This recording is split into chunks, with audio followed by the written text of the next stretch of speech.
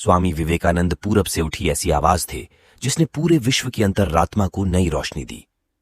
स्वामी जी ने अपने कम अवधि के जीवन में बड़े काम किए। विश्व के विभिन्न धर्मों के बारे में अध्ययन, भारतीय मनीषा के साथ गहन संवाद और देश विदेश की यात्राओं में लगने वाले श्रम ने उनके शरीर पर गहरा असर डाला। कई रोगों ने भी उनके शरीर में घुसपैठ कर ली।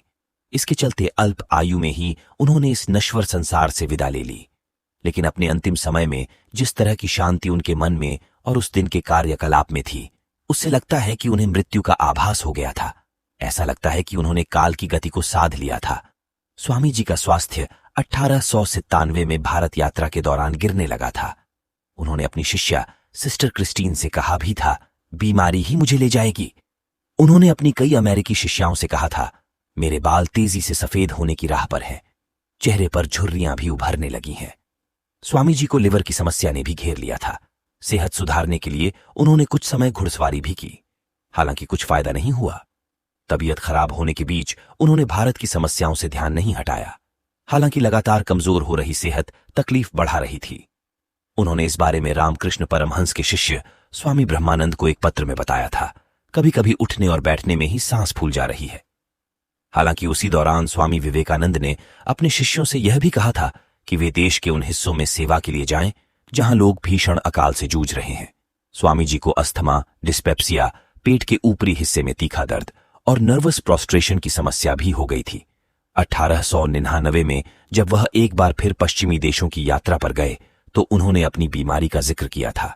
उन्होंने इस बारे में अपने गुरु भाई स्वामी ब्रह्मानंद के अलावा सिस्टर निवेदिता को भी लिखा था। विदेश में उनकी सेहत में मामूली सुधार हुआ। हालांकि 1900 में स्वामी जी को ब्राइट्स डिजीज ने भी घेर लिया।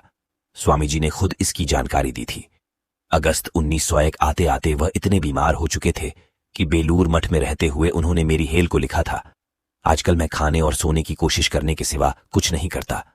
बाकी समय मैं अपने शरीर की देखभाल में लगा रहता हूं। दरअसल स्वामी जी के शरीर पर वर्षों की कठोर मेहनत का असर दिखने लगा था। कई वर्षों से वह अनिद्रा से जूझ रहे थे। स्वयं उन्होंने ही इसके प्रभाव का जिक्र किया था। उनका कहना था कि हो सकता है कि इसी के चलते उन्हें डिस्पेप्सिया की समस्या हुई हो। कभी कभी उन्हें हाई ब्लड प्रेशर की दिक्कत भी होती थी। भारत लौटने पर अपने पुराने गुरु भाइयों की ओर से उन्हें समस्याओं का सामना करना पड़ा। साथ ही अपनी मां की संपत्ति की कानूनी लड़ाई ने भी उन्हें उलझाए रखा। इन सब ने मानसिक तनाव बढ़ाया। जून 1902 के आखिरी दिनों की बात है। उन दिनों स्वामी जी ने मठ के भविष्य के बारे में शिष्यों से कुछ बातें की थीं। सिस्टर निवेदिता ने इसका जिक्र किया है। मां की प्रॉपर्टी से जुड़ी जिस कानूनी लड़ाई ने स्वामी जी को उलझा रखा था, वह भी उन्हीं दिनों सुलझी। 4 जुलाई को स्वामी जी बेलूर गए, वहां ध्यान लगाया और उसके बाद शिष्यों से कहा कि मां काली की पूजा का आयोजन करें। फिर उन्होंने संस्कृत की कक्षा ली और दोपहर बाद घर चले गए। स्वामी जी की सांस उस दिन कुछ तेज चल रही थी। वह घर पहुंचकर अपने गुरु रामकृष्ण परमहंस का नाम लेने लगे और लेट गए। शाम को उन्हें नींद आ गई और उसके बाद वह महासमाधि में चले गए। उनके सहायक ने देखा कि स्वामी जी की नाक और मुंह से थोड़ा खून आया था। उनका शरीर ठंडा पड़ चुका था। स्वामी जी ने जिस तरह महासमाधि ली, जिस शांति से अपने प्राण त्यागे, ये उनके हलचल भरे जीवन से बिल्कुल उलट था। कई रोगों से घिरे हुए स्वामी जी ने बिल्कुल शांति से विदा ली, वस्तुत बिना किसी कष्ट के। ऐसा लगता है कि मृत्यु ने उन्हें नहीं चुना, खुद उन्होंने मृत्यु का वरण किया। महाप्रयाण के दिन स्वामी जी ने शिष्यों को कोई ऐसा संदेश नहीं दिया जिसमें किसी तरह की वेदना या व्यग्रता हो। रोज की तरह ध्यान, पूजा और शिक्षण का कार्यक्रम रहा। स्वामी जी की मृत्यु से उनके शिष्यों को गहरा आघात लगा। 5 जुलाई को सुबह ही सिस्टर निवेदिता मठ पहुंच गईं।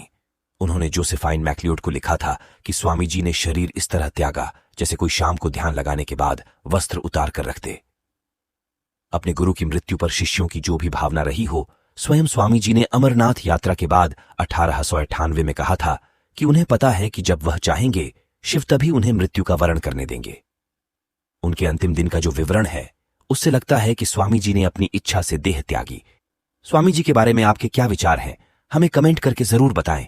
अगर यह वीडियो आपको पसंद आया हो तो इसे लाइक जरूर कर दीजिएगा। अगर आप इस चैनल पर नहीं हो तो इसे सब्सक्राइब जरूर कीजिएगा। यह वीडियो देखने के लिए धन्यवाद। जय श्री राम।